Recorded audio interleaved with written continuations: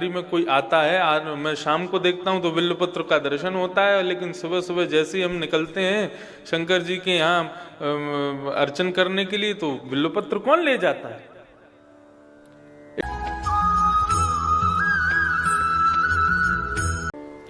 एक स्तोत्र है, स्तुतियों का राज उसको कहा जाता है, राजा उसको कहा जाता है, वो है शिव महिम्न स्तोत्र।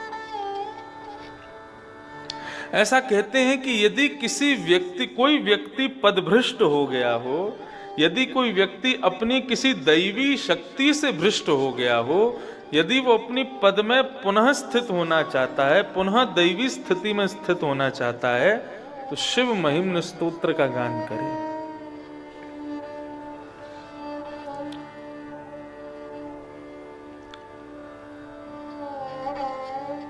सावधानी से सुनिएगा।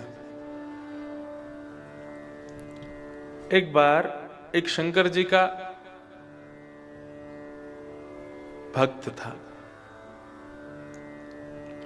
रोज शंकर जी पर ब्रह्म मुहूर्त में बिल्व पत्र चढ़ाता था। लेकिन बिल्व पत्र कैसे चढ़ाता था? एक राजा के बगीचे से बिल्व पत्र चुरा करके चढ़ाता था, और एक आध बिल्व पत्र चढ़ा दे ऐसा नहीं, जितने उसके आंखों के आगे पड़ जाते सबको ले जाता और जाकर के शंकर जी पर अर्पित कर देता। राजा भी शिव भक्त था। राजा जब बिल्व पत्र लेकर के शंकर जी की अर्चना के लिए प्रस्थान करता, आओ प्रभु विराजो।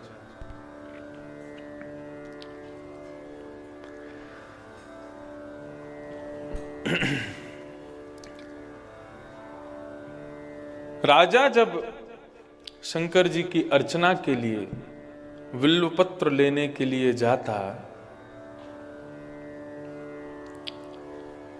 तो उसको बिल्व पत्र मिल ही नहीं पाते थे, क्योंकि सब तो वो चोर ले जाता था जिसके बट में पहले ही आ जाते थे बिल्व पत्र। एक दिन राजा ने अपने सैनिकों से कहा कि भाई ये रात्रि में कोई आता है, आज मैं शाम को देखता हूं तो बिल्वपत्र का दर्शन होता है, लेकिन सुबह सुबह जैसे ही हम निकलते हैं शंकर जी के यहाँ अर्चन करने के लिए तो बिल्वपत्र कौन ले जाता है। एक सैनिक ने बताया, बोले महाराज एक व्यक्ति आता है और आकर के चोरी करके यहां से ले जाता है। और वह भी ऐसा भक्त था, वो जाकर के शंकर जी पर चढ़ाता और कहता, बोले प्रभु चोरी करता हूं लेकिन चोरी करके आपको अर्पित करता हूं, इसलिए चोरी नहीं मानी जाएगी। चोरी करते स्वयं भोग करता तो फिर दोष लगता मुझको, लेकिन चोरी करके आपको अर्पित कर दिया, अपने भोग में नहीं लिया, इसलिए मुझे इसका कोई दोष नहीं लगना चाहिए। शंकर जी की आराधना से उसको एक दैवी शक्ति प्राप्त हुई कि वो कभी भी अदृश्य हो जाता था। रात्रि में जब बिल्व पत्र तोड़ने के लिए गया तो आज राजा ने अपने सैनिक खड़े कर दिए। जैसे सैनिकों ने देखा कि ये चोर आ रहा है, बिल्व पत्र तोड़ रहा है, तुरंत अपनी तलवार लेकर के दौड़े और जैसे ही उसको मारने के लिए भागे वो अदृश्य हो गया, गायब हो गया वहां से।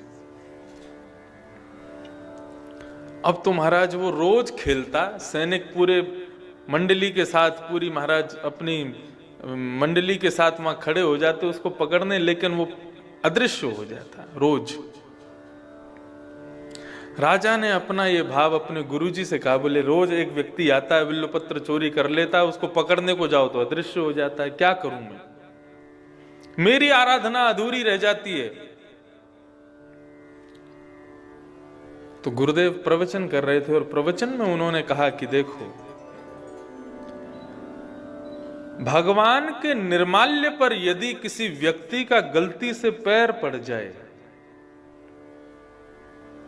तो वो व्यक्ति दैवी शक्तियों से भ्रष्ट हो जाता है। केवल मंदिर के परकोटे में ठाकुर जी का निर्माल्य पड़ा है, उस पर चरण रख दिया जाए तो कोई बात नहीं, लेकिन मंदिर के बाहर ठाकुर जी के निर्माल्य पर गलती से भी यदि पैर पड़ गया तो आपके भीतर जो आपको पता भी नहीं है कुछ दैवी शक्तियां होती हैं, उन दैवी शक्तियों का सर्वनाश हो जाता है।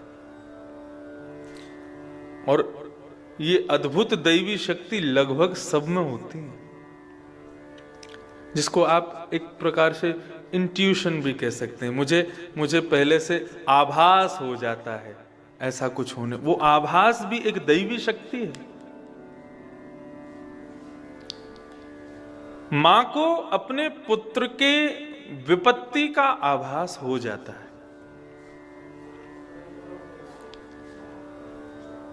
कई बार आप लोग नए नए घरों में जाते हैं तो आप क्या करते हैं, आप जाते घर का सौंदर्य नहीं देखते, घर कितना भी सौंदर्य हो, आप वहां की वाइब्स को कैप्चर करना शुरू कर देते हैं। हम दुनिया भर के घरों में जाते हैं, करोड़पतियों के घरों में भी जाते हैं और छोटी सी झोंपड़ी में भी जाते हैं। बड़े बड़े घरों में लाखों करोड़ों की सामान महाराज केवल 100 पीस में रखे हैं, लेकिन वहां की वाइब्स अच्छी नहीं होती, वहां के वातावरण ऐसा नहीं होता कि हम बैठे। ये एक दैवी शक्ति है जो हमें बताती है कि यहां पर ये तुम्हारे लायक स्थान नहीं है, यहां से चलो। और कई छोटे छोटे स्थान ऐसे होते हैं वहां जाकर के भी मन करता है कि यहां पर पूरा जीवन व्यतीत कर देंगे हम। क्यों? वहां की वाइब्स ऐसी हैं कि हम वहां रह सकते हैं। वहां भले ही व्यवस्थाएं इतनी नहीं है, अव्यवस्थाएं हैं, लेकिन फिर भी हमको आत्म सुख की प्राप्ति वहां हो रही है। ये दैवी शक्ति है।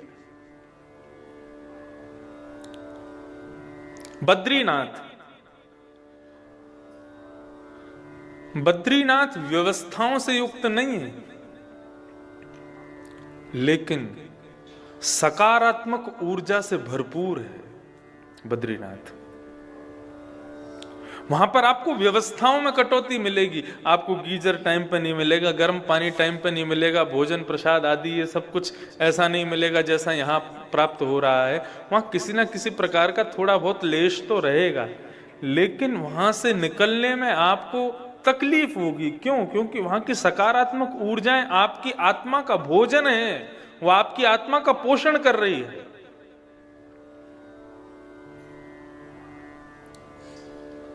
इस स्थान की जो ऊर्जा है वो हमारी आत्मा का भोजन है। हम शहरों में रहते हैं, वहां शरीर को भोजन मिलता है, लेकिन आत्मा को तृप्ति नहीं मिलती। आत्मा स्वयं अपने भोजन की तरफ अग्रसित होती है। ये दैवी शक्ति है। माफ कीजिए, यदि बद्रीनाथ जाकर के भी वहां की सकारात्मक ऊर्जा में आपका मन नहीं लग रहा है, तो आप अपनी दैवी शक्ति से पदभ्रष्ट हो चुके हो।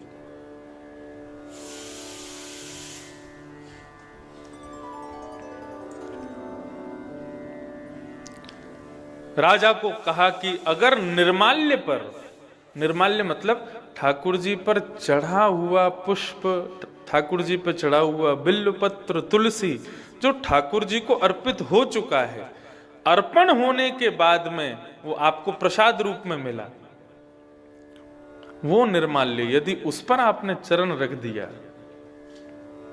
तो आप अपनी कुछ अज्ञात दैवी शक्तियों से भ्रष्ट हो जाओगे।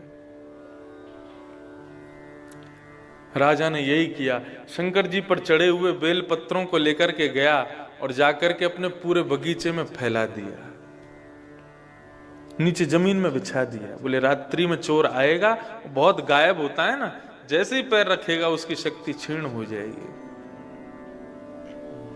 अर्धरात्रि का समय और वो चोर जब जैसे ही आया, वो तो मुस्कुराता हुआ आता था। बोले मुझे कोई पकड़ ही नहीं सकता है, शंकर जी की इतनी बड़ी कृपा है मेरे ऊपर।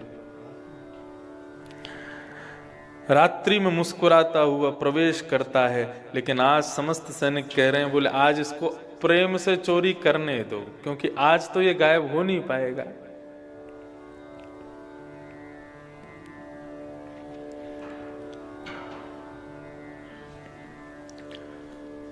वहां पर बिल्व पत्रों की चोरी करने लगा। इतने में ही समस्त सैनिकों ने जाकर के उस पर आक्रमण करना शुरू किया।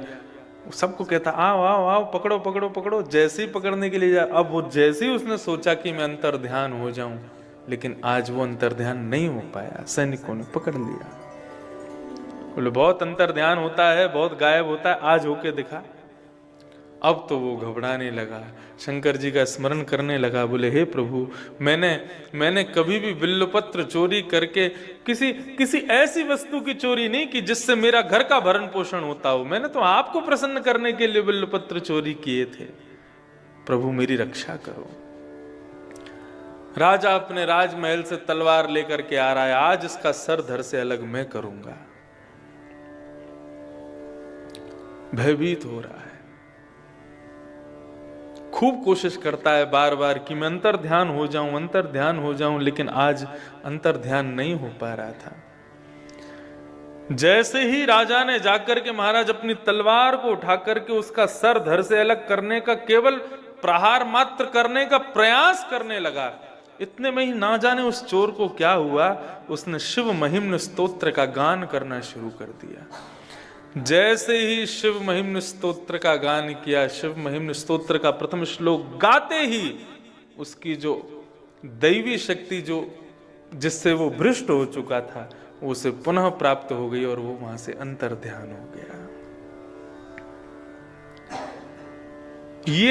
ये बल है शिव महिम्न स्तोत्र का। लेकिन मैं ये बात क्यों कह रहा हूं, ऐसे बल स्वरूप, ऐसे प्रमाण स्वरूप, ऐसे बलवान स्वरूप शिव महिम्न स्तोत्र का गान करने से भूली हुई, बिछड़ी हुई, भ्रष्ट हुई विद्या भी हमको प्राप्त हो जाती है।